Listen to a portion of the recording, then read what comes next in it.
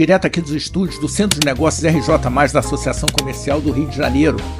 E hoje, só pelo meu sorriso você já vê que eu tô feliz. A gente vai falar com uma pessoa de extrema relevância que já esteve aqui conosco, que é o Christian, e com o Eliseu, que é o presidente do arquivo da cidade, sobre a capitalidade do Rio de Janeiro, sobre o Rio Capital Federal, sobre toda essa discussão que está acontecendo nesse momento, que embora tardia essa discussão, ela é de extrema relevância para o Rio de Janeiro e para o Brasil. Então fica com a gente que vai ser bacana.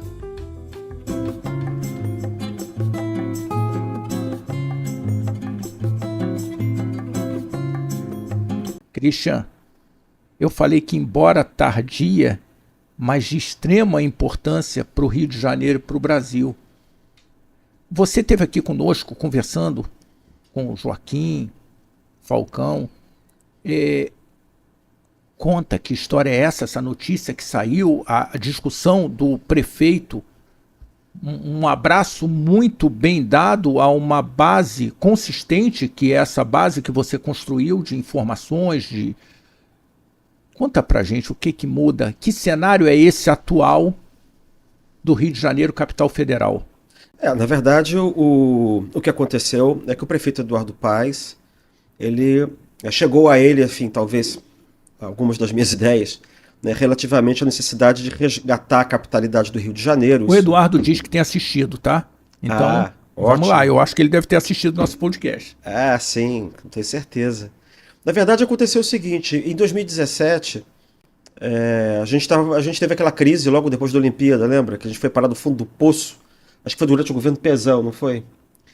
Eu acho que aquele momento foi um momento muito desalentador para os cariocas e para os fluminenses de uma maneira geral, porque a gente tinha uma história de percepção de um declínio, de esvaziamento da cidade, de perda de importância relativa, né, no contexto da federação.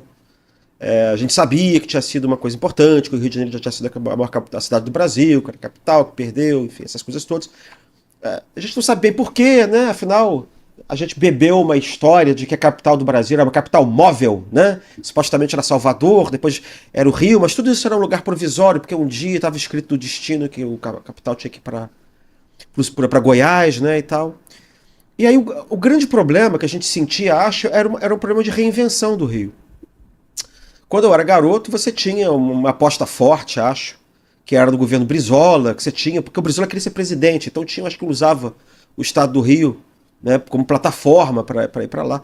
Mas depois, de alguma maneira, aquilo se perdeu, esse sentimento de crescimento da violência, da favelização, tudo isso foi deixando a gente meio desanimado, até que veio, né, um período, uma época que parecia ter se criado um círculo virtuoso, que foi exatamente essa segunda metade da década de 2000 e a primeira metade da década de 2010, que foi exatamente quando o Lula foi presidente da República, o prefeito Eduardo Paes estava no seu primeiro mandato, o governador era o Sérgio Cabral, os três trabalharam juntos, né, durante um bom tempo, e aí a gente teve uma euforia, que foi a euforia causada pela vinda, né, da Copa do Mundo para o Brasil, com o Rio de Janeiro como epicentro, e as Olimpíadas praticamente na sequência.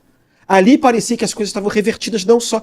Aquilo foi um momento maravilhoso, porque o Brasil estava decolando, o Brasil estava voltando, e o coração dessa volta era o Rio de Janeiro.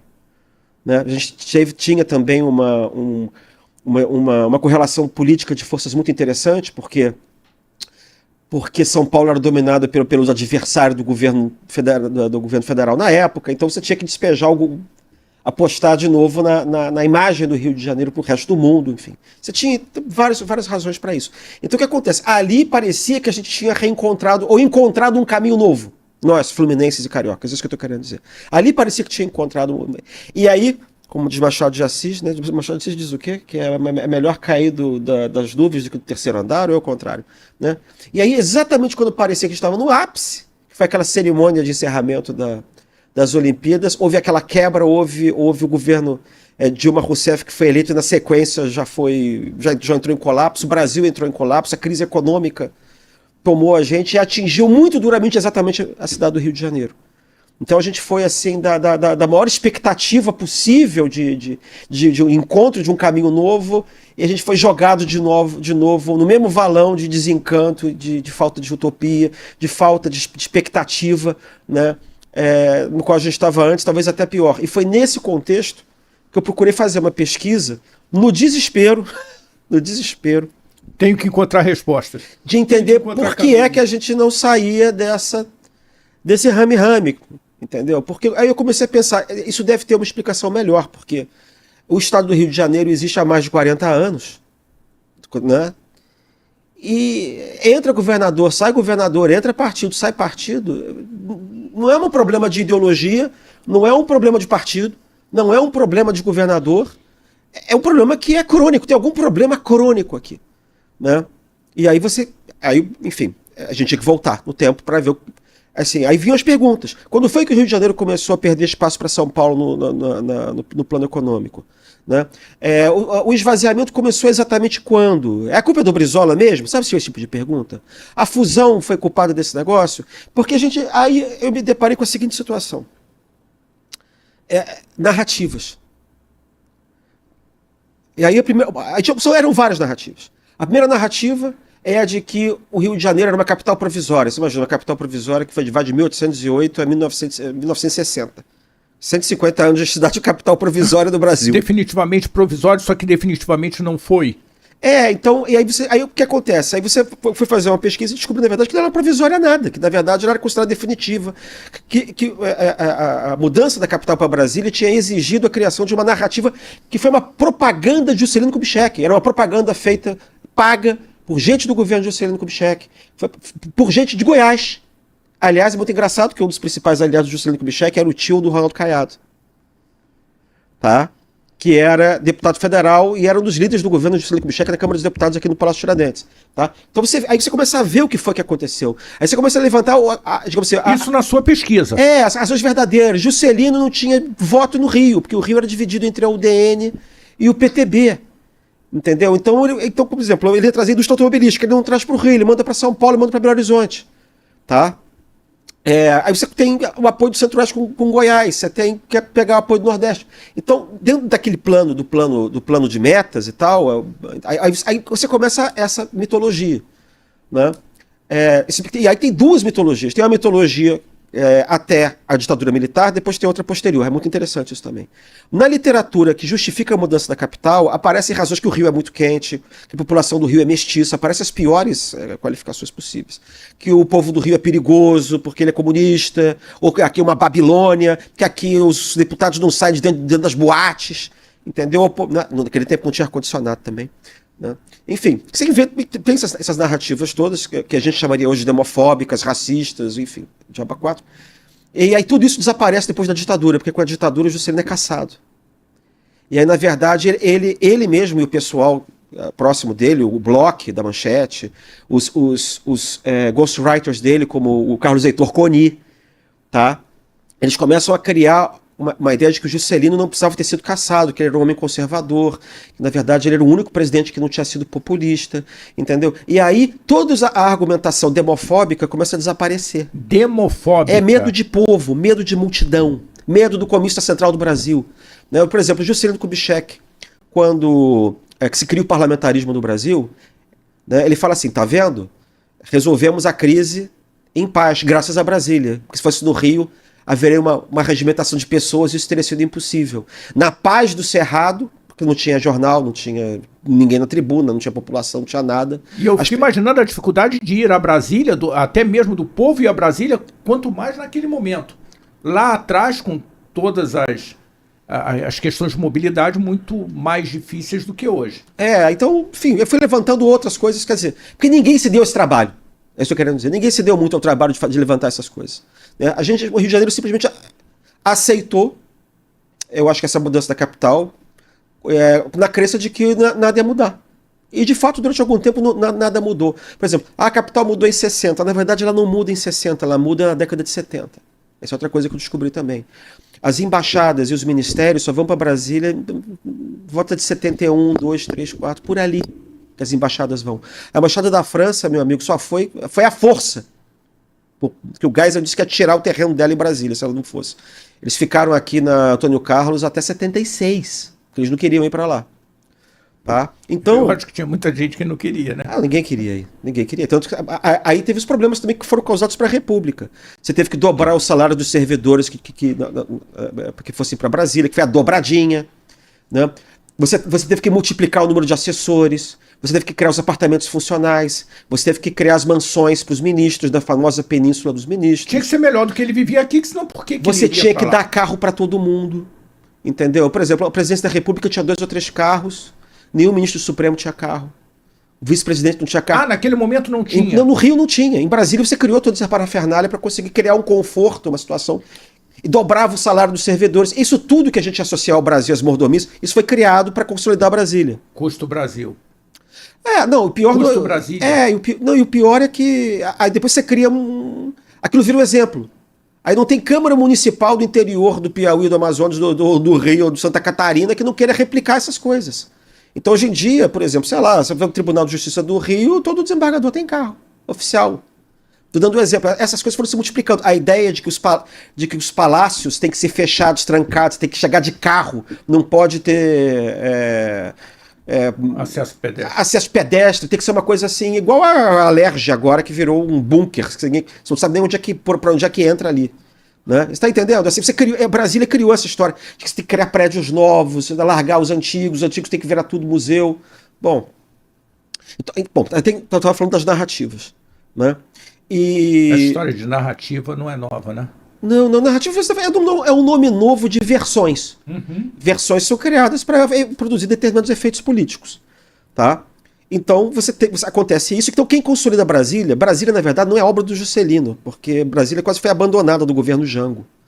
O Castelo Branco, quando ele assume, ele diz assim, tem 2 coisas que existem e não deviam existir, Brasília e o porta-aviões Minas Gerais.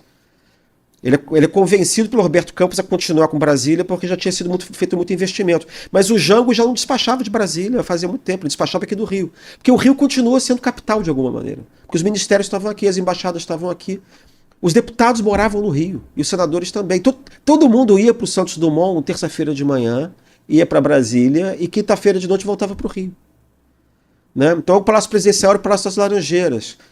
Os deputados, quando não estavam em Brasília, se encontravam no Palácio Tiradentes. Os senadores se encontravam no Palácio Monroe, na Cinelândia. Então, assim, essas são histórias que não...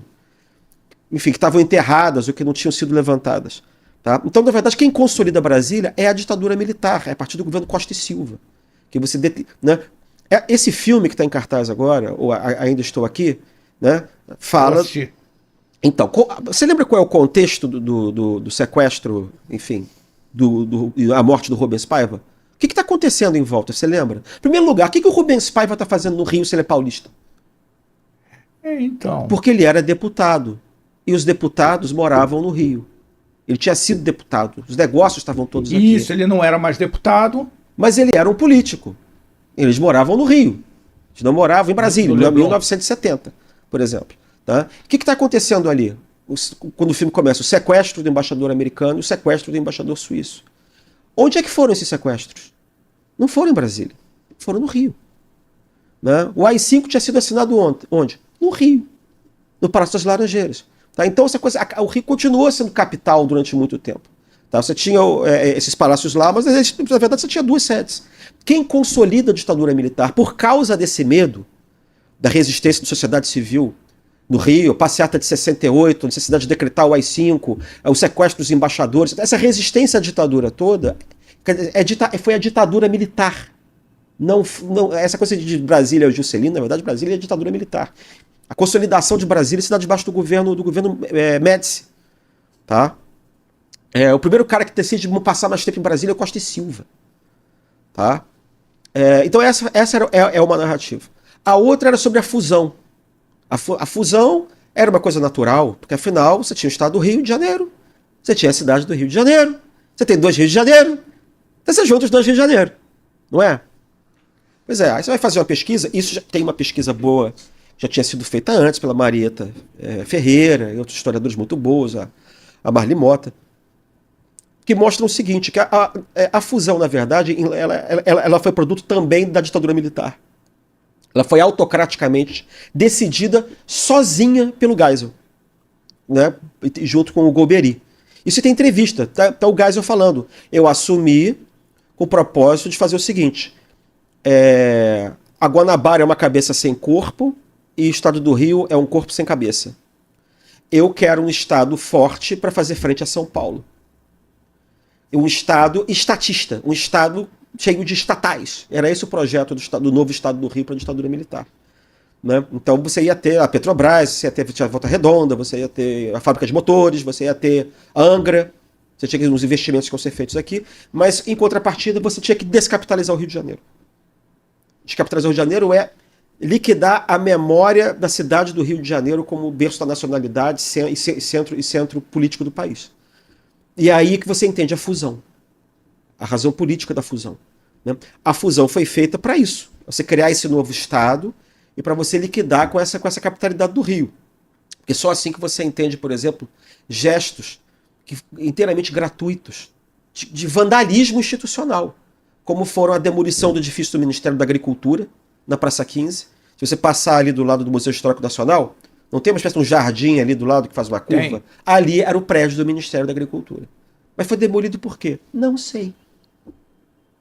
Não sei, não tem razão para decidir. Não vai sair, porque não vai sair, então vai lá e tira o prédio. Enfim. E o pior que foi... Estamos fazendo aqui... Não, o outro, o Palácio Morro. Relações. O Palácio Morro, que era sede do Senado. Disse em Brasília até hoje... Que a culpa era do metrô? Que você tem, em 74, você tinha o começo da abertura, e você tinha uns senadores que, com essa coisa isolada em Brasília, achavam que queriam tentar voltar o Senado para o Rio. Né? Isso eu não encontrei confirmação disso. Mas assim, sempre foi um mistério porque que o Palácio Morro foi demolido. E agora encontraram no arquivo do ministro da Justiça da época, que era o Armando Falcão, o despacho no dia de junho de 1975, que no mesmo dia está assim, reunião para despacho com o presidente da República, determinação para a fusão do Estado do Rio com a Guanabara, isso é o item 2, o item 5 é demolição do Palácio Morro. E aí tem uma parte que é confidencial, secreta, em que ele diz que é uma ordem do presidente a demolição do prédio. Sim, que foi uma briga política essa história, né? Foi ordem do presidente. Inventaram. E que ele já tinha entrado em contato com os meios de comunicação do Rio de Janeiro para fazer uma campanha para demolir o prédio. Que é uma coisa que a gente também nunca tinha entendido. Por que o Globo, de repente, começa a entrar na época, começa a fazer uma propaganda para demolir o Palácio Morro? Foi uma coisa feroz, uma coisa assim absolutamente irracional. Os motivos eram irracionais. Tem que aumentar a área verde do centro. Mas peraí, do lado tem o passeio público e o aterro do Flamengo. Como é que tem? Porque é feio, porque é isso, porque é aquilo. Tá? E na verdade hoje a gente descobriu que era um negócio para eliminar esses símbolos mesmo de capitalidade. Que faz mais sentido, porque a construção também do metrô, que foi uma coisa que eu li, não sei se era uma narrativa. O metrô não passou, ele passou na frente justamente para não demolir o prédio. O traçado foi alterado.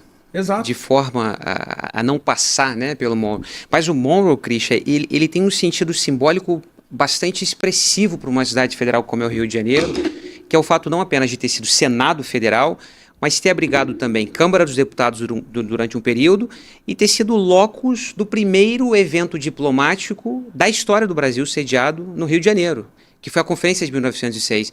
Então o Monroe, por alguma forma, ele tem um sentido simbólico bastante amplo, porque foi o único edifício... E foi o primeiro centro de convenções do Brasil.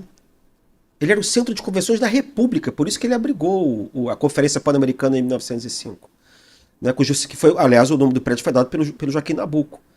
Né? Ele era um prédio central nessa estruturação toda, tanto que ele aparecia em nota e cédula de dinheiro, em moeda, ele era cartão postal, porque ele era o símbolo da modernidade brasileira. Mais do que isso, foi o primeiro edifício brasileiro laureado com prêmio de arquitetura mundial. Então, exatamente. O primeiro prédio que vai ganhar esse prêmio globalmente... metálica... Foi montado em 1904 na Conferência de São Luís, que o Brasil participa, para ser pavilhão dos produtos brasileiros. Ele é desmontado e depois é recriado, é remontado aqui no Rio de Janeiro. Enfim, e foi um prédio, como eu disse, bastante simbólico ao longo da história, não apenas da cidade como do Brasil. E, lamentavelmente, o que colocaram no lugar do Monroe? Nada. Tem nada lá. Tiraram o chafariz que estava na Praça da Bandeira. Aliás, você vê que desgraça, né? O chafariz que está no Monroe hoje ficava na Praça 15. Eles tiraram o chafariz para passar perimetral por cima. puseram na Praça da Bandeira, demoliram o morro e puseram o chafariz lá na Praça Mahatma Gandhi. Mas a história da narrativa, pra vocês verem como é que a ditadura nos tratou, né, também passa pelo seguinte: a fusão é feita por uma intervenção militar que impõe o almirante como governador do novo estado do Rio de Janeiro, que foi o almirante Faria Lima.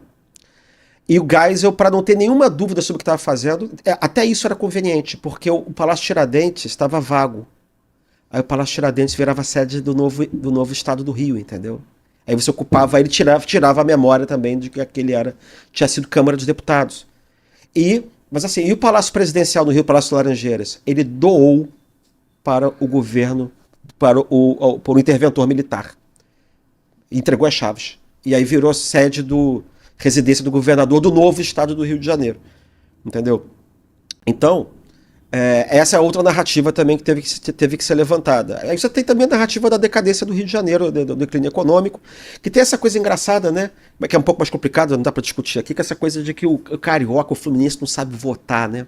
Interessante esse negócio, né? O que acontece? Será que é alguma coisa que puseram na água do Guandu? É só aqui que a gente não sabe votar? É que estou falando, tem um problema crônico. Eu acho que o problema é o estado do Rio de Janeiro que a ditadura criou. Isso a gente pode discutir, né? É um marco, essa coisa de... Né? Aí tinha esse problema, né? Bom, enfim, tristezas e tal, mas aí chegaram para mim e disseram, sorria. Salvador também foi capital, tá aí. Ouro Preto foi capital de Minas. Salvador foi capital. Tá aí. Não, mas eu tô falando, me falaram. Aí assim, pois é, o Rio também foi e tal. Mas assim, o que pode atrapalhar o estado do Rio de Janeiro? Né? Esse novo estado do Rio de Janeiro que a ditadura criou. Aí me veio à cabeça o seguinte: o que sobrou da capital no Rio de Janeiro? É uma coisa impressionante. Ninguém tinha levantado esses dados também. O que sobrou? Porque, por exemplo, Salvador não tem nada. Salvador tem tudo que uma capital estadual tem. Salvador tem, quer dizer, tem uma universidade federal, por exemplo. Tá? Tem órgãos da Receita Federal. Então, assim, mas tudo isso são sucursais dos órgãos que estão em Brasília. Né? Aí eu fui fazer uma pesquisa, assim, o que sobrou da capital no Rio de Janeiro? Aí eu fiz um levantamento, consultando os dados do Ministério do Planejamento, de todos os órgãos que estavam no Rio de Janeiro, órgãos considerados como tais pessoas jurídicas. Assim, um quartel do Exército não é um órgão, né? Isso que eu estou querendo dizer, embora possa ser levantado também. E aí os resultados foram impressionantes. 1/3 da administração federal, sobretudo da administração indireta, está no Rio. 1/3 é o seguinte: de tudo que está em Brasília e no Rio, tirando tudo que é duplicata, universidade, né, órgãos que no Rio é sucursal, tirando tudo isso, 1/3 da administração federal está no Rio ainda. Em 2025. Isso. Eu estou incluindo empresa pública, autarquia, fundação, estou incluindo tudo isso, sociedade de economia mista. Tá? O Rio de Janeiro tem mais servidores federais do que estaduais. O estado do Rio de Janeiro. O único lugar da federação onde isso acontece adivinha, o Distrito Federal. Ou seja, e nós, como antigo Distrito Federal, continuamos na mesma situação. Tá? E a pesquisa também mostrou que hoje a gente ainda tem mais servidor federal que Brasília, do que o Distrito Federal. O estado do Rio tem mais servidor federal que o Distrito Federal. Tá?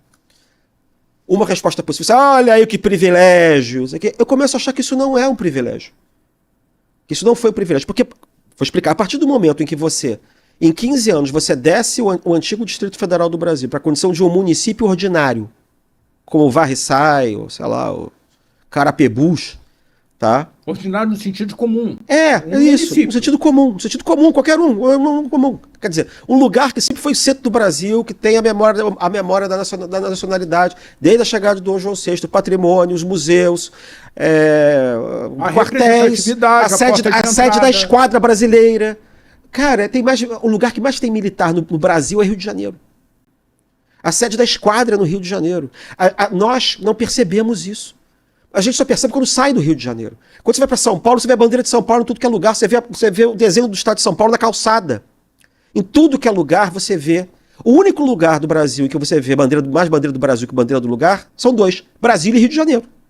Rio de Janeiro, você está o tempo inteiro. São os símbolos nacionais. Então eu me dei conta. Enfim, eu publiquei esses artigos na revista de que eu sou editor, chama-se Insight Inteligência, né? Foram 2 artigos, depois eu me juntei com 2 colegas e a gente fez uma coletânea que chama-se Rio de Janeiro, Segundo Distrito Federal, com todos esses dados. Foi publicado em 2017 ou 2019, não estou me lembrando agora. Editora Jaguatirica, as pessoas podem encontrar esse livro, tá? Onde a gente colocou todos esses dados. Então eu cheguei à conclusão que o Rio de Janeiro era uma cidade federal. Que nome você vai dar para isso? Tá? Né? Isso sem falar, que seria ótimo se o Eliseu falasse também, da visibilidade simbólica do Rio de Janeiro para o resto do mundo, como cultural, etc. Eu já vou terminar esse pedaço. Né? Então é o seguinte, qual é o problema? A partir do momento que você coloca o Rio de Janeiro como um município normal, mas o Rio de Janeiro continua sendo uma capital simbólica e uma cidade federal, com a presença federal, é impossível você criar, foi impossível e sempre será impossível, porque você não pode mais tirar esses órgãos do Rio, entendeu? Sem deteriorar ainda mais essa situação. E o Brasil precisa do Rio de Janeiro sem como sua vitrine. Sem benefício nenhum para o resto todo. Sim. Tirar prejudica o Rio. Porque você precisa do Rio de Janeiro para o resto do mundo como o seu rosto. Tá? A governabilidade do Rio de Janeiro é uma coisa muito difícil. Seria possível dizer, inclusive, que uma decisão do presidente da Petrobras tem mais repercussão no estado do Rio de Janeiro do que uma decisão do governador. Porque o peso da União no Rio de Janeiro, do ponto de vista econômico e por conseguinte, político, né? Precisa falar, Petrobras, BNDES, Arquivo Nacional, a CVM, aqui, né? Enfim, tem a Fundação Casa de Rui Barbosa, Funarte, assim, são muitos órgãos federais que estão aqui, né? Exercem um poder enorme sobre o governador do estado do Rio. Tá? E aí é engraçado, porque de alguma maneira, até hoje, aqui na cidade do Rio de Janeiro, o prefeito é uma figura mais respeitada do que o governador. Parece que na cabeça de muito carioca só existem duas autoridades, o presidente e o prefeito. O que corresponde à estrutura do Distrito Federal como carioca eu também vejo isso. E da Guanabara. E da Guanabara, do estado da Guanabara, entendeu? Então, o que acontece? A governabilidade da região ela é muito prejudicada. E, por um lado, por esse aspecto do governador, do poder do governador. Né? E segundo, é muito difícil você gerir patrimonialmente a cidade. O prefeito não pode dar 3 passos para fazer alguma coisa que ele tropeça num terreno federal, num prédio federal, numa região federal. O levantamento que eu fiz mostra que a União é dona de quase 20% dos terrenos do município do Rio de Janeiro, Ricardo. É muito mais do que o patrimônio da prefeitura e do estado do Rio. E isso com muita coisa que foi passada na época da mudança da capital, que foi passada da União para o estado da Guanabara. Ainda assim, é uma coisa boçal. A União é dona da Festa da Tijuca. A União é dona do Porto. A União é dona... A discussão dos hospitais. O Ministério da Saúde tem um departamento só para tratar dos hospitais federais do Rio de Janeiro. São 6 e 9 universitários. Um total de 15, só na cidade do Rio de Janeiro. Em 1960... o Correio da Manhã dizia que 50% do território da Guanabara, 50%, pertencia às Forças Armadas Brasileiras. Isso é absolutamente impressionante. E continua de alguma maneira. Da Guanabara. Entende? Então, é muito difícil governar uma cidade como essa. A gente sabe também das confusões que foram feitas na época da fusão. O Teatro Municipal não é do município, o Teatro Municipal é do Estado. O Maracanã, que é Estado Municipal? O Maracanã é Estádio Municipal Mário Filho, mas ele pertence ao Estado, não pertence à União. E esse problema crônico de competência, você não sabe o que é competência da União, o que é competência do Estado, o que é competência do município. Todas essas coisas são sobrepostas. Você não sabe de quem é o Cristo Redentor, se é da igreja, se é do município, se é da União, porque ela está no Parque da Tijuca. Tá? Mas a Mitra diz que é dela. Todo mundo diz que é de si. Né? A Restinga da Guanabara inteirinha é da União. Tá? Então, a gente só percebe... Tem o CETEX lá, o Centro Tecnológico do Exército, né? Gigante também. Nós, cariocas, a gente não tem noção, a gente acha que é normal. É normal porque a gente nasceu aqui. Mas quando a gente sai, a gente descobre que não é normal, que o único lugar que parece com o Rio desse ponto de vista é Brasília. Em Brasília, quando eu estava brincando, que você vê as superquadras que parecem o Parque Guinle, os ministérios, ou que parecem o Palácio Gustavo Capanema, que era a antiga sede do Ministério da Educação e da Cultura, quando você vê o edifício do Banco Central, que é igual, e a presença maciça da União, eu me sinto, em certa maneira, em casa. Porque o perfil do Rio de Janeiro é esse. Mas, no entanto, o Rio de Janeiro não é um Distrito Federal mais. O Rio de Janeiro é um município comum e uma capital de estado como Vitória, Teresina ou Curitiba, entende? Então, o meu ponto é que eu cheguei à conclusão de que havia uma... a roupa da cidade do Rio de Janeiro não era adequada ao que a cidade era ainda. Entendeu? E que a única solução que você tinha para fazer isso, quer dizer, a gente pode imaginar várias soluções, mas dentro da Constituição atual, nada impede a gente mude a Constituição, tá? Mas assim, você tem que reconhecer a capitalidade e o fato de que a cidade do Rio de Janeiro é área federal. Isso aqui é área da União e ela é vista De como... fato. Pois é, lembra que a gente estava falando dessas coisas do lado ruim, dessas coisas todas? É isso aqui. Tudo que é do Rio de Janeiro pertence a todo mundo. Os royalties, a beleza. Aí, do lado bom, todo mundo quer ser Rio de Janeiro. O lado ruim é o problema dos cariocas. É uma coisa muito curiosa essa partilha também dos bônus e dos ônus. Entendeu? Deixa eu passar a palavra para o Eliseu, que vai contar também agora uma outra visibilidade do Rio, que não é só o lado da cidade federal. É da capital internacional do Brasil.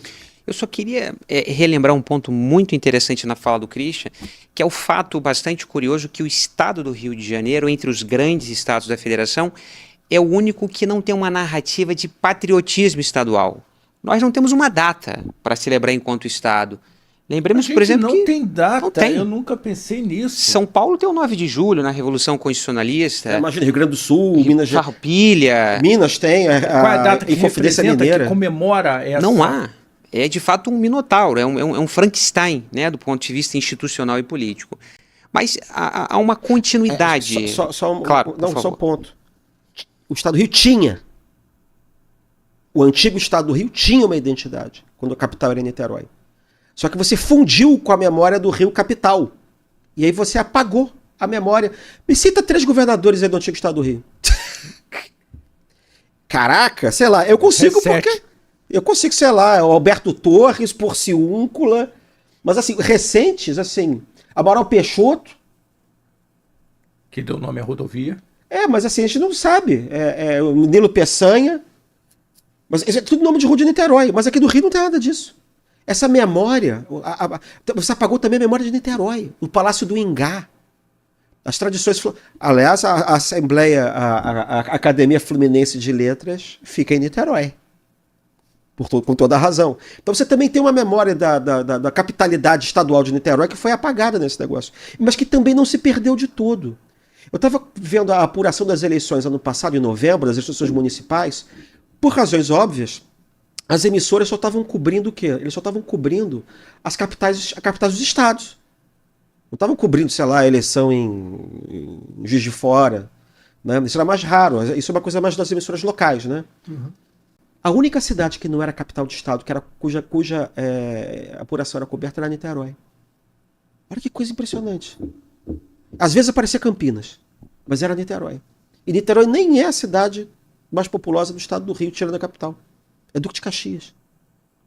Por que estão cobrindo Niterói e estão cobrindo Caxias? Porque você tem essa coisa de que Niterói é uma coisa diferente. Você não consegue nem explicar isso conscientemente, mas a razão é essa. Entendeu? Desculpa, Eliseu, vamos lá. Não, imagina. Me dê o microfone, está todo mundo ferrado. Mas há um ponto... Não, mas esse é um assunto que encanta a gente, né? Encanta, empolga. Mas há um ponto de continuidade, apesar dessas tristes descontinuidades institucionais ao longo do tempo, que é o fato do Rio, desde sempre, ser não apenas a cara, a imagem do Brasil mundo afora, mas ser a grande capital internacional.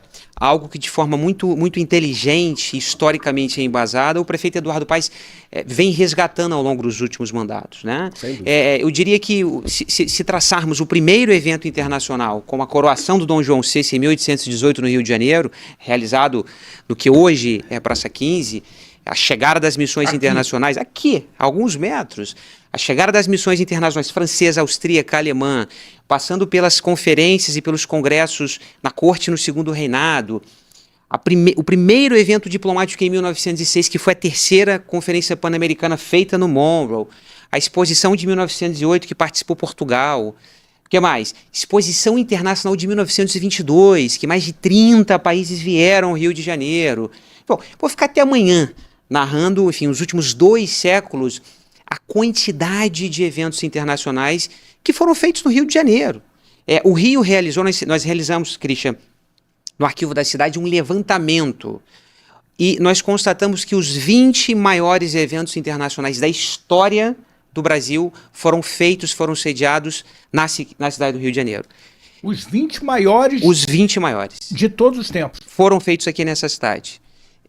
Enfim, e apenas para refrescar a nossa memória... Para culminar a Copa e Olimpíadas, né? Copa, Olimpíadas, o G20, que foi um evento extremamente exitoso, que transformou o Rio de Janeiro na capital do planeta, né, durante a realização do evento. E teremos agora em julho, não por acaso no Rio de Janeiro, a realização da cúpula dos BRICS. Ou seja, chefes de Estado e de governo dessas potências emergentes vão se reunir na cidade do Rio de Janeiro, e eu torço, como carioca de adoção, como brasileiro, que o presidente Lula reconheça, nos conceda essa capitalidade honorária, que é uma capitalidade de fato. Eu acho que é muito nessa linha do reconhecimento, da recuperação de um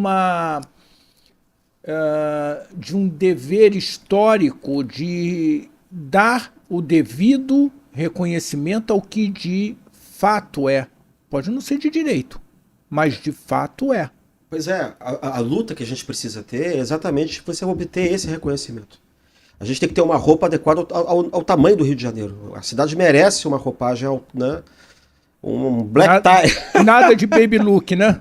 Não, você precisa reconhecer a especificidade dessa cidade, o serviço que ela presta ao Brasil, a importância que ela tem como vitrine. As pessoas, às vezes, elas falam como se o reconhecimento da capitalidade do Rio, mesmo que honorária, simbólica, que esse é o primeiro passo que o prefeito está dando, né? Roma não foi feita em um dia. Nem Brasília foi ocupada em um dia. Como você acabou de descrever, levou algum tempo para que ela fosse ocupada. Pois é, essa luta pelo reconhecimento é uma necessidade que as pessoas ficam achando, as pessoas que criticam a ideia do prefeito, dizem assim, capital do crime, ela não pode ter esse título porque ela tem problemas. Como se outros lugares tivessem crime também. Isso é uma bobajada. Nova York não tem problema, nem Paris, né? Não, mas o que eu acho engraçado é o seguinte. É que a percepção crítica do Rio de Janeiro como capital do crime, entre aspas, se dá pelo fato exatamente da centralidade do Rio de Janeiro. Ninguém diz que São Paulo é capital do crime. Ninguém diz que Salvador é capital do crime. Ninguém diz que Recife. Capitais, inclusive, que têm um índice de violência muito maior que o Rio. Ninguém diz que eles são capitais do crime. Por quê?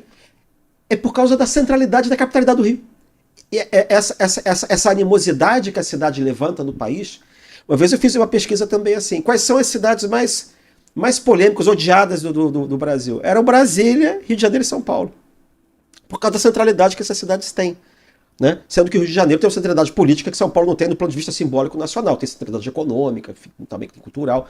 Mas São Paulo é São Paulo. Né? São Paulo tem uma identidade muito, muito própria.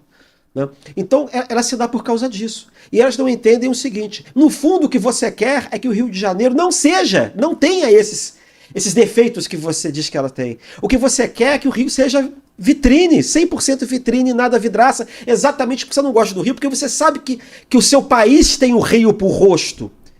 E você precisa se dar os meios para que o Rio de Janeiro... Que discurso extraordinário. Seja vitrine novamente. Tem o Rio por rosto. Então o que acontece? Isso não é um prêmio que você vai dar para o Rio.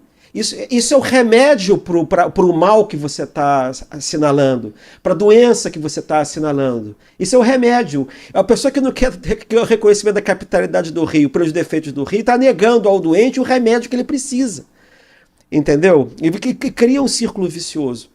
Então, na verdade, o reconhecimento da capitalidade do Rio, o reconhecimento da especificidade, da particularidade do Rio de Janeiro no quadro da federação, a necessidade de olhar para a cidade do Rio de Janeiro como uma coisa que é diferente do resto, tá? Claro que todo lugar é diferente do outro, mas assim, isso aqui não é uma capital de estado normal, isso aqui não é um município normal, tá? Ela é indispensável não só para a recuperação da cidade, mas para a recuperação da imagem do país. A gente não vai ter solução para isso enquanto você não perceber que o problema do Rio de Janeiro não é um problema local, ele é um problema nacional. O resgate de um sentimento de pertencimento que é necessário para o carioca, para o fluminense e para o brasileiro, que quando eu falo muito, no outro dia eu vi uma discussão dizendo não fale de que o Fluminense é carioca porque ele fica revoltado. Eu quero descobrir qual é esse Fluminense que fica revoltado quando diz que é carioca, porque quando você está fora do Rio de Janeiro, ele quer ser identificado como Rio de Janeiro, mesmo que dê a impressão para aquele nova-iorquino que Rio de Janeiro é a cidade do Rio de Janeiro, aquela que ele vê. Pode ser até ali o desenho do dedo de Deus e tudo, mas é esse modelo do Rio de Janeiro, esse lifestyle do Rio de Janeiro, que é a representação, né? O Rio é a principal marca do Brasil no mundo. Em 2023, há um estudo muito interessante, publicado recentemente, mostra que a cidade mais filmada no planeta foi o Rio de Janeiro. O Rio foi mais filmado em 2023 do que Paris, do que Nova York, do que Xangai. E se olharmos para o audiovisual, que é uma plataforma extraordinária para promover cidades ao redor do mundo, eu acredito que os principais títulos que venham à nossa mente são todos feitos no Rio de Janeiro. E você sabe que eu estou muito empolgado, eu tive com o prefeito e a Rio Filmes num evento lá no Palácio da Cidade, eu estou muito empolgado com o modelo novo que o Eduardo quer implementar no Rio de Janeiro. Extraordinário. As coisas acontecem a partir do momento que a informação chega para você. Se você melhora as condições das locações de gravação, se você melhora a condição de vida, o fomento à cultura, incentivo ao cinema, é só você ver esse último filme da Fernanda, que teve um orçamento de 1,5 milhão. $1,5 milhão, né? 1,5% do Wicked. Do Wicked. E é o segundo filme mais visto nos Estados Unidos. Extraordinário, 25% da bilheteria do país. Extraordinário, principalmente em qualidade de imagem, nos artistas. Eu estou muito contente com a qualidade do cinema brasileiro. Fui ver Chico Bento com a minha filha, com as minhas duas filhas, achei extraordinário. Pelo nível que a gente conseguiu alcançar com baixo custo, embora não tenha sido filmado no Rio de Janeiro, numa área de fazenda, não sei se foi no Rio de Janeiro, na verdade, porque não mostrava uma cidade necessariamente, mas extraordinário o que a Rio Filmes se propõe a fazer nessa gestão, que é novamente dar esse espaço de visibilidade internacional para o Rio de Janeiro, o que é bom para todo o país, ponto. E que de Zé Carioca, passando por Carmen Miranda, Rio 40 graus, até estou aqui... Cidade Maravilha. Tem o Rio de Janeiro como pano de fundo. Então veja, é natural, o Rio precisa do Brasil, é claro, somos uma cidade aberta, diversa, cosmopolita por formação, mas o Brasil também precisa do Rio de Janeiro. Na medida em que nós somos vidraça, mas também vitrine. Um Rio de Janeiro enfraquecido não interessa a nenhum brasileiro. E eu diria mais, eu diria que esse pleito absolutamente legítimo do prefeito Eduardo Paes não custa um centavo para o erário. Ou seja, trata-se de um reconhecimento que reempodera a cidade, que permite que resgatemos essa história e passemos a olhar para outros caminhos que daí podem se abrir. Repito, sem custo. Ô Eliseu, olhando pelo lado aqui do Centro de Negócios da Associação, que o nosso objetivo é fomentar o desenvolvimento, a economia da cidade, do Estado e do Brasil através desse Estado, o que isso pode mudar? Que impacto isso pode gerar na economia do Estado e que impacto isso pode gerar para o Brasil? Olha, os impactos são múltiplos. Eu vou trazer apenas aqui um dado no que diz respeito à questão fundiária, à questão imobiliária. A quantidade de terrenos, de palácios, de propriedades da União no Rio de Janeiro que não são utilizados, ou são mal utilizados, são subutilizados. Ou que são ocupados pelo poder paralelo, que a gente diz que a culpa é do Estado ou dos cariocas e de repente, opa... os terrenos não sendo cuidados como deveriam ou como poderiam. Enquanto você gasta dinheiro com aluguéis de propriedades federais, por exemplo, em Brasília, não faz sentido esse gasto realizado, por exemplo, em aluguéis em outras cidades, sendo que a União é uma grande proprietária da cidade. É preciso racionalizar, por exemplo, esses bens. Estou trazendo aqui apenas um dos múltiplos elementos. Aquela história do menos Estado, todos nós queremos menos Estado, ou melhor, todos nós queremos eficiência do Estado como nós temos eficiência nas empresas. Mas a gente precisa de Estado para fazer aquilo que as empresas não têm condição de fazer em um momento da nossa economia. A Light investiu, colocou os bondes sem custo, tinha uma malha extraordinária no Rio de Janeiro dos bondes, e a locomoção na cidade era muito gostosa. Eu via meu avô falando muito bem dos bondes, meu pai, minha mãe. Opa! Então a coisa devia funcionar direitinho. Sabe o que o Rui Barbosa falava? Que o Rio era a pátria adotiva dos bondes.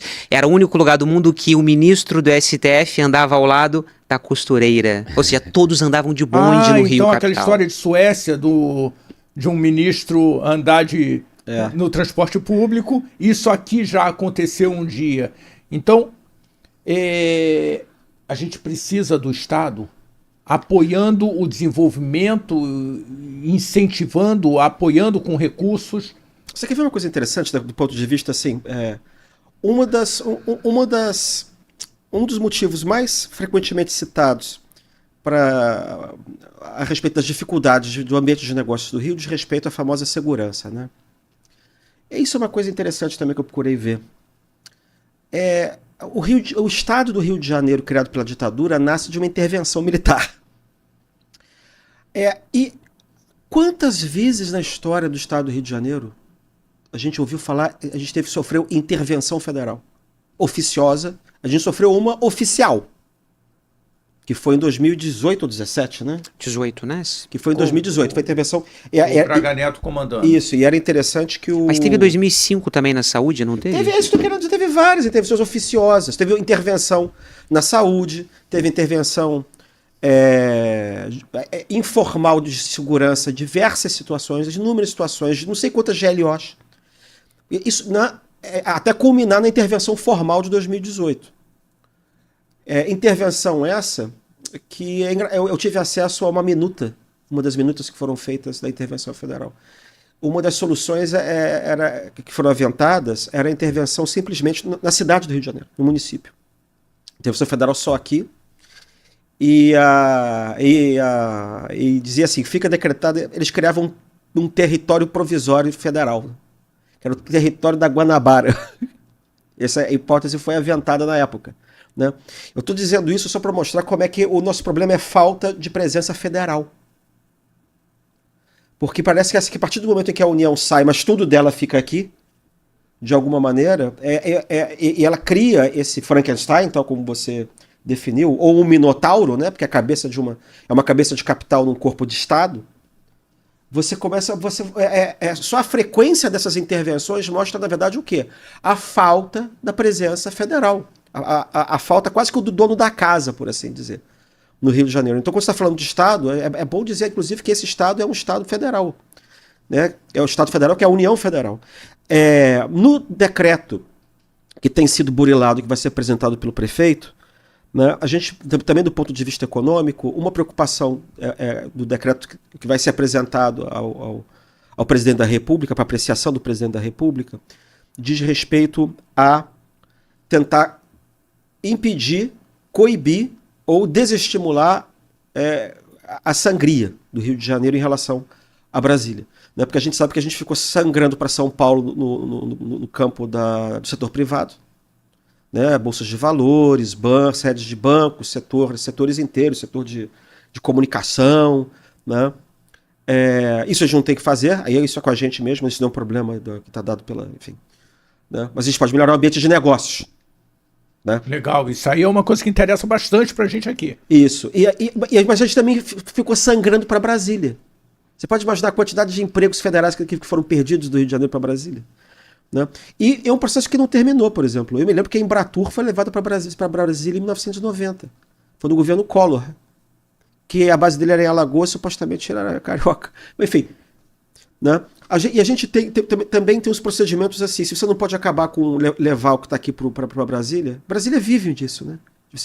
Não, porque o peso do setor público de Brasília é monstruoso sobre o setor privado. O setor privado é muito pequeno em Brasília, né? Brasília vive do setor público. E é uma coisa curiosa, porque outro dia houve uma discussão sobre o fundo constitucional, que o governo federal tentou colocar o fundo constitucional dentro do regime fiscal. E houve uma revolta das autoridades locais, a começar pelo governador, que falaram que Brasília é capital e tem que sustentar mesmo. É uma coisa assim de privilégio mesmo, que não foi uma coisa assim.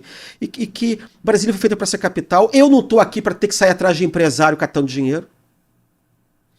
Que isso não está aqui para poder mostrar a sua competência, a sua eficiência e com isso ter um apoio do empresariado. É isso que você porque talvez a União tradução... tem que sustentar, a União tem que fazer concurso Se eu sou público. eficiente, se eu sou bonito ou se eu sou feio, se eu estou cheiroso ou não. Não, é uma consciência desse governador de que Brasília foi feita para ser sustentada pelo resto do país. Porque ela simplesmente pelo fato de que ela foi capital por desígnio divino de Deus, do faraó, sei lá. Então, entendendo? Você tem uma mentalidade dessas nessas autoridades. Né? Então a gente fica sangrando, há uma expectativa, a volta e meia aparece. Por que a sede da Petrobras é no Rio? esse tipo de coisa, entendeu? Então uma das providências desse decreto, né, a gente não pode impor nada, a gente não pode fazer isso, mas a gente pode tentar desestimular com a ajuda da União essas mudanças. Se você quer replicar um órgão do Rio em Brasília, você quer ter uma seção do Arquivo Nacional em Brasília, do IPE em Brasília, como já tem, enfim, você faça isso, mas você não pode acabar com a presença dela no Rio. Você tem que procurar também incentivar. Se tem um concurso para o setor em Brasília, tem que ver a possibilidade de contemplar concurso para o Rio também. Você está entendendo? A gente tem que parar de sangrar para lá. Essa é uma das providências que E fazer conta também, né? E fazer conta, porque será que justifica economicamente essa mudança ainda mais do resto todo? Pois é, outro dos artigos... Ou a gente aumenta o buraco? Outro dos artigos do decreto, que está sendo discutido ainda, exatamente isso que foi dito pelo Eliseu, que é o seguinte, a União não tem terreno para construir o prédio X do Dependência tal. Como? Está pronto no Rio. Aqui está tudo abandonado. Por que você não usa aqui? Então, isso Ministério da Justiça é uma eficiência de racionalização. Né? Sem falar dessas construções que não terminam nunca, o prédio da Casa da Moeda que está no Porto, né? Projetos que não... Enfim, você tem que cuidar do patrimônio aqui. E vale a pena você fazer bom uso disso, em termos de capital também. Já que seus terrenos estão aqui, pelo menos daqueles, se você não vai se livrar dos terrenos, faça alguma coisa com eles. Em termos de gestão. A prefeitura também não pode comprar todos os imóveis da União. A União tem 1.500 imóveis no município do Rio de Janeiro. 1.500 imóveis. 20%. Tá? Então o que você vai fazer com isso? Então isso é outra coisa que o decreto procura também fazer. É preciso criar um comitê de gestão do patrimônio federal do Rio de Janeiro. Né, você precisa desse comitê para que a União também tenha, já que ela está longe, ainda não está suficientemente perto, né? Ela tem que ter instrumentos próprios, junto com as autoridades municipais, eventualmente estaduais, para poder gerir o patrimônio dela direito do Rio, para saber o que ela tem. Sabe o que está acontecendo no lugar X, porque não vai ser o advogado que cuida da SPU, que é a Secretaria de Patrimônio da União, que vai conseguir fazer isso sozinho. Você tem que ter uma... Ou será que tem alguém de forma irregular explorando aquele terreno como a especulação imobiliária do crime ou um estacionamento? Mas assim, posso dar o exemplo mais gritante que eu poderia dar? Aqui no centro do Rio de Janeiro, você conhece com a palma da mão a Avenida Passos. O que tem de estranho na Avenida Passos? Você tem um quarteirão inteiro vazio. Aquele quarteirão vazio que é um estacionamento. O que era aquilo? Por que aquilo é um estacionamento? Aquele terreno é da União. Uhum. Sabe o que era lá? O Ministério da Fazenda. Desde Dom João VI. E aquilo num pedaço. No outro pedaço era a Academia Imperial de Belas Artes, que foi construída pelo Grand-Jean de Montigny. O que aconteceu? Aquilo tudo, depois que você fez o prédio da Escola de Belas Artes da Avenida Rio Branco, né, a Academia Imperial de Belas Artes passou a fazer parte do complexo do Ministério da Fazenda ali, naquele quarteirão. Em 1938, eles acharam que eles tinham que demolir o prédio que vinha de Dom João VI para fazer um prédio novo, para poder concentrar todas as repartições da Fazenda da capital, no Rio, num lugar só. E aí, eles tinham acabado de criar o IFAM. E aí o IFAM, eu acho que seria bom tombar, porque o IFAM já estava tombando o Paço Imperial, tombando a Candelária, tombando o Itamaraty, tombando o Palácio do Catete. E aí o ministro correu para demolir o prédio. E o presidente do IFAM, que era o Rodrigo Melo Franco de Andrade, conseguiu salvar o pórtico. Aquele pórtico. Que está no Jardim Botânico. E eles demoliram aquilo ali. Depois que eles demoliram, eles pensaram melhor assim, não, vamos fazer na esplanada do castelo. Ah, que ótimo. Então Nem demolir precisava. aquele terreno, que eu saiba, é do INSS. É do INSS. E aquilo está vago há 80 anos. Não são 5, não são 10, não são 20, não são 40 anos, não são 60 anos. São quase 80 E nem tem anos. alguma coisa adequada ali que pudesse se dizer que virou uma praça, que Não, virou é um um estacionamento. buraco do Lume, que virou uma praça e que está sendo usado. É um estacionamento para alguém explorando. Se é legal ou não é outra Exato. história. E aí o que acontece? Você precisa ter um comitê de gestor desses, inclusive, para conseguir fazer o quê? Fazer regularização fundiária. Quantos terrenos da União, Ricardo, foram invadidos, se tornaram favelas ou comunidades, o nome que você queira dar, né? Tem um nome formal, como é que era? Conglomerados subnormais, sei lá. Enfim, ocupação. Você tem que fazer regularização fundiária, você tem que dar terreno, você tem que dar propriedade, você não consegue fazer porque nem a União sabe o que é dela e o que não é. Ótimo. Aí a gente, porque é melhor ter um apartamento com 16 metros quadrados no centro, porque é assim em Tóquio, aí a gente concede um apartamento de 16 metros quadrados, fora do Código de Obras, com tanto espaço para criar moradias populares com um mínimo de dignidade, porque 16 metros quadrados, me desculpa, isso está me incomodando demais, porque eu projetei prédio e não cabia. Com o mínimo tamanho definido pelo Código de Obras, pelas normas brasileiras, eu simplesmente não consegui projetar o banheiro, que tinha 1 metro num apartamento de 25 metros quadrados. O banheiro tinha 1 metro quadrado. Tinha que botar chuveiro, pia e privada. O cara tomava banho sentado na privada, né? Porque não tinha outra opção. 1 metro, um passo para cá, abre a porta do banheiro para dentro. O que eu quero dizer é que a gente fica buscando soluções completamente incoerentes, segundo a minha visão, com tudo isso. Cada hora a gente fala assim, meu Deus, o que falta para quem está no legislativo buscar informações, buscar meios de encontrar condições melhores, ou na associação comercial com 25 conselhos empresariais, que sem custo vai fornecer informação para que ele consiga analisar e chegar à conclusão dele, para dali propor uma legislação. Na Firjan, na FEComércio, o que falta? Não, aí eles decidem sozinhos, sem base para essa discussão, sem essas informações que, para mim, eu fico bebendo essas informações, que eu amo história, eu fico bebendo essas informações porque elas me ajudam a entender daqui para frente, quando você olha para trás e entende o passado, né? Então, eu acho que o título de cidade honorária que o prefeito Eduardo Paes, com toda, enfim, a prudência, a capacidade que ele própria busca para o Rio, ele recoloca um horizonte para a cidade do Rio de Janeiro, para os cariocas. Traz uma esperança. E para os fluminenses, entendeu? Nem que no primeiro momento seja um reconhecimento simbólico, porque isso é a União Federal que promoveu a mudança da capital da maneira que fez, sem nenhuma compensação. Né? Isso que é uma coisa hoje que seria inaceitável. Sei lá, por exemplo, a capital foi tirada da Alemanha, foi tirada de Bonn de volta para Berlim. Bonn recebeu 6 bilhões de euros, 1/3 dos ministérios ficou em Bonn, até porque Bonn, como o Rio de Janeiro, é o centro demográfico do país, que não é Berlim. O centro demográfico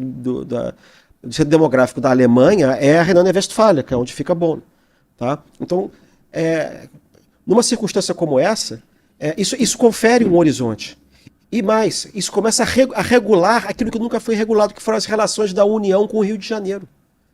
A União continua sendo a dona da casa, uma casa que ela não cuida, uma casa que foi invadida, uma casa que foi tomada, uma casa que está caindo aos pedaços, uma casa que continua linda, e que quando o ex-marido quer usar de novo, ele vem, chama os pedreiros, dá uma guaribada, chama as visitas, faz a festa e depois vai embora de novo. Entende? Então, tá chegando a hora de... Quem é que limpa essa festa? Aí você puxa... chama os guarda-costas, tira o pessoal que invadiu o quintal, né? Põe para fora lá o pessoal que fez uma boca de fumo ali no quintal, entendeu? E aí vai embora de novo, quer dizer, é preciso reconhecer que o Rio de Janeiro continua sendo uma cidade federal, que ele é, como disse o Eliseu, continua sendo a cidade simbólica do país, a sede dos grandes eventos. Não adianta falar mal do Rio. Falar mal do Rio pro brasileiro é cuspir para cima. Entendeu? O cuspe volta pra tua cara. Tá? Essa é a única certeza que você tem, né? Que não tem jeito, é enfrentar uma questão que é óbvia. Você precisa reconhecer a capitalidade do Rio de Janeiro. E isso a médio prazo, regulando a situação da União aos poucos, né? Ninguém vai tirar a capital de Brasília. O Brasil foi feita para ser capital, tá lá, mas tem vários países do mundo que tem 2 capitais, entendeu? Né? A Alemanha tem 2 capitais, a Rússia tem 2 capitais, o Chile tem 2 capitais. A África do Sul tem 3. Capitais. A África do Sul tem 3 capitais. O Egito está construindo a 2ª capital.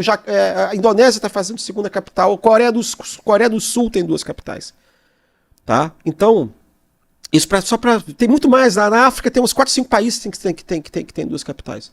Tá? Então, isso não é uma coisa estranha. O nosso problema é essa narrativa maluca de que o Brasil tem que ter uma capital, que é uma capital de império, que ela tem que ficar isolada, que tudo tem que ficar centralizado lá, e o resto que se dane. Entendeu?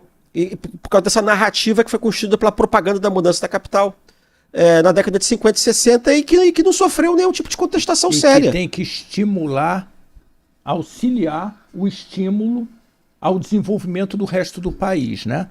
E aí, de repente, nasce o Amapá como uma potência gigante com o petróleo. A Silvia, que é diretora da Petrobras, ela esteve aqui há algum tempo falando dessa exploração, da possibilidade do campo que tem de petróleo lá no Amapá, e 64 perfurações já haviam sido feitas, prospecções já haviam sido feitas lá no Amapá. Então, como é que fica agora quando o Amapá pode virar um Rio de Janeiro em desenvolvimento do dia para a noite? Pois é, agora eu te pergunto, o Amapá até outro dia era território federal, eu não sei se não seria melhor se tivesse continuado a ser. Como é que ele vai gerir os royalties?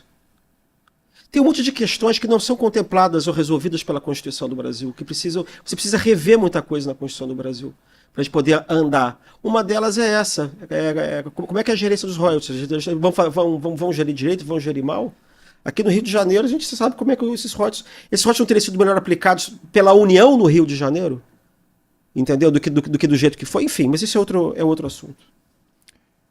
Eu quero que você me conte mais do arquivo, me conta um pouquinho mais da pesquisa que você fez lá, quais são as informações que pouco tem chegado ao meu conhecimento. Conta um pouquinho mais pra gente. Bom, o arquivo da cidade do Rio de Janeiro é uma joia de todos os cariocas e eu diria de todos os brasileiros, porque nós estamos falando de um dos arquivos mais antigos do Brasil e das Américas. Ele foi fundado em 1567. 1567, muito antes da chegada da família. Junto com a Câmara de Vereadores, são as 2 instituições cariocas mais longevas em funcionamento ainda hoje. Ao longo da história, o arquivo teve várias sedes, naturalmente. Nesse momento, estamos localizados na Rua Amoroso Lima 15 e guardamos cerca de 4 milhões de itens que contam a nossa história, contam a história da cidade do Rio de Janeiro, mas contam a história também do Império Português, do Império Luso-Brasileiro, do Império do Brasil e da República do Brasil. Porque essa cidade, da qual somos guardiã dessa história, foi capital de um império que se espalhou por 5 continentes. Então nós temos essa honra de custodiar e de abrir a consulta para toda a população, literalmente 5 séculos de história, através de documentação textual, de fotografias, de filmes, de negativos. E, portanto, como temos esse grande patrimônio, realizamos uma série de pesquisas. E mais especificamente sobre a capitalidade, o que mais me chama a atenção são as descobertas que fazemos diariamente dessas conexões que o Rio sempre teve com todo o planeta. Seja com Macau, seja com Goa, seja com as províncias na época da independência, sendo a cidade que coordenou a independência do Brasil, o traço de continuidade mais marcante sempre foi essa centralidade política e essa capitalidade internacional, que nunca deixamos de ter. Capitalidade internacional, porque mais do que você ser, é você ser reconhecido como. Definitivamente o Rio de Janeiro é reconhecido mundialmente como essa centralidade. Ricardo, quando a gente vai lá fora, a gente vai, sei lá, você vai no Museu de Nova York, Museu da Cidade de Nova York, você vê aqueles mapas do mundo, as únicas cidades que estão marcadas, se tiver que ter uma cidade só marcada, é Rio de Janeiro. Se tiver que ter duas, é Rio e São Paulo. Brasília não aparece. Você não sabe o que é. Entendeu? Você falando assim, o que elas conhecem sempre é Rio de Janeiro. Um dia desse a gente estava... Os empresários sabem que existe em São Paulo. Havaianas e Copacabana. E os diplomatas sabem que existe Brasília. Até o horário de Brasília deveria ser horário do Rio de Janeiro, né, Cris? Até porque o Observatório Nacional fica aqui no Rio de Janeiro. O Observatório é no Rio. Segue no Rio de Janeiro. Na verdade, o horário continua sendo o horário do Rio de Janeiro. Bom, portanto, respondendo a sua pergunta, o arquivo da cidade do Rio de Janeiro guarda esses tesouros, essas joias, e fornece à população não apenas pesquisas, uma revista que tem décadas de serviços prestados, como palestras, cursos, uma pós-graduação, que tem como objetivo refletir a cidade do Rio de Janeiro, as suas grandes questões históricas, políticas e sociais, e como tal, está sempre aberta para todos os cariocas e para todos os brasileiros. Vou aproveitar porque o Christian é um gênio, teve um gênio que trouxe o Christian, e o Christian é um outro gênio que começa a trazer pessoas aqui de relevância, te convidar... Nem tanto, mestre, nem tanto. De convidar nem tanto, você para você trazer também essas informações, porque vamos contar mais essa história, vamos viver mais essa história. Eu acho que tem espaço e até oportunidade de negócio para a gente alimentar o DeepSeek, alimentar a Gemini, alimentar o Chat GPT de informações reais do Rio de Janeiro. Em um momento eu pesquisei sobre a Associação Comercial do Rio de Janeiro e veio uma resposta muito torta. E aí eu descobri que tinha uma informação não correta na Fundação Getúlio Vargas, e a gente conseguiu trocar essa informação e hoje o Chat GPT já traz a informação mais correta com relação à Associação Comercial do Rio de Janeiro. Mas eu acho que muito vai ser facilitado o acesso à informação a partir do momento que a gente criar essa comunicação da informação real, para não serem narrativas inadequadas de uma verdade paralela. Você tem a verdade real do que aconteceu, da nossa história, pesquisa do Christian.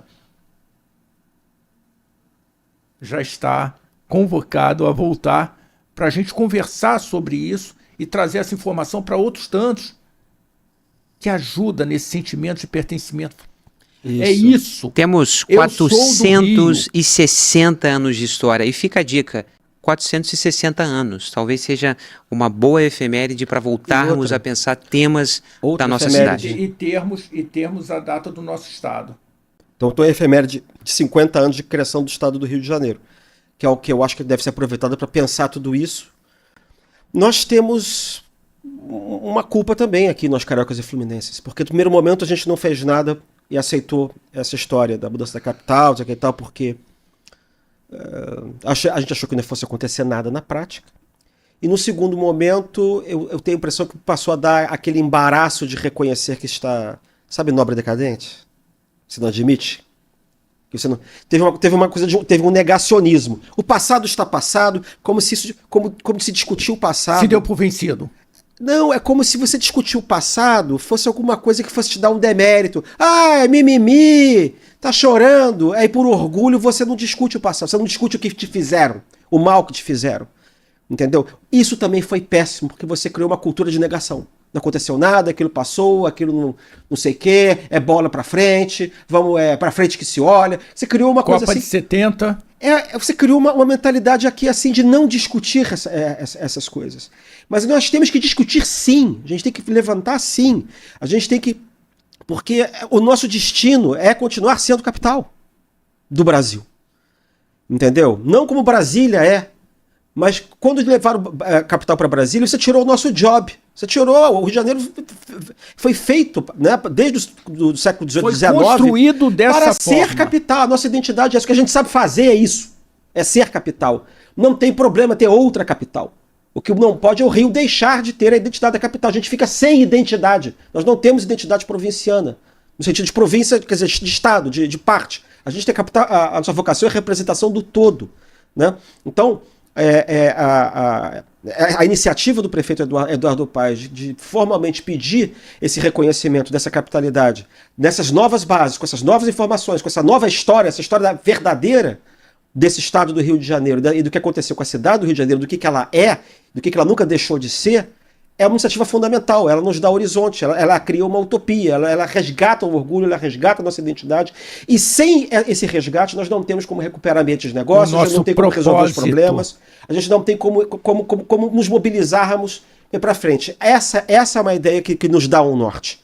E é por isso que essa ideia é muito bem-vinda. E a maneira como se espera que o presidente da República nos conceda esse título de capital honorário é o melhor possível.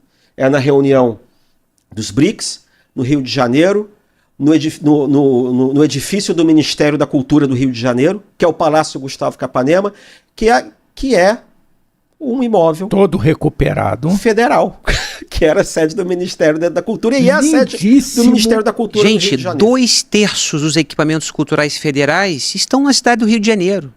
Não faz sentido o ministro da Cultura não despachar do Capanema. Quando nós temos Arquivo Nacional, Biblioteca Nacional, os museus federais... Da recuperação do Capanema agora, mais ainda. Aliás, o Ministério da Cultura, dos ministérios todos que tem órgãos no Rio, é o que mais tem órgãos no Rio. É impressionante. Você até nem entende por que a sede do IBRAM, o gabinete vinculados do Ministério da Cultura, como o IBRAM, como o IFAM, seja em Brasília, porque 3/4 da repartição de tudo que tem lá dentro está no Rio. É uma coisa esquisitíssima. Assim como Minas e Energia. Como Minas e Energia também, enfim. Isso é outra conversa. Convocado. Será um prazer.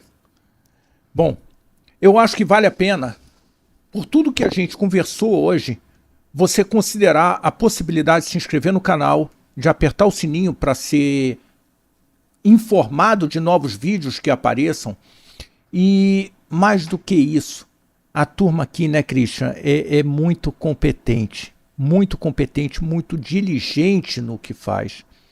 Mas se nós não tivermos mais braços, o nosso poder de transformação fica restrito à quantidade de braços. Então considere também participar desse grupo, porque aí você vai fazer o seu processo de transformação, a transformação do desenvolvimento da sua empresa melhor. Então, e mais rápido. E para quem que trabalha com editoras, vamos lembrar também que, para variar, mais um gol do Rio de Janeiro. O Rio de Janeiro é a capital mundial do livro. Fantástico. Nesse ano de 2025, né? A partir de abril, por um ano, a primeira capital de língua portuguesa do mundo. E teremos uma série de atividades espalhadas por toda a cidade, em que vamos celebrar, em que vamos promover a leitura, vamos promover o mercado editorial na cidade do Rio de Janeiro. Está aí uma grande novidade em parceria com a Unesco. Então, se você tem uma boa história para contar, talvez esse seja o momento. É agora. Fica com a gente que tem muito mais aí pela frente.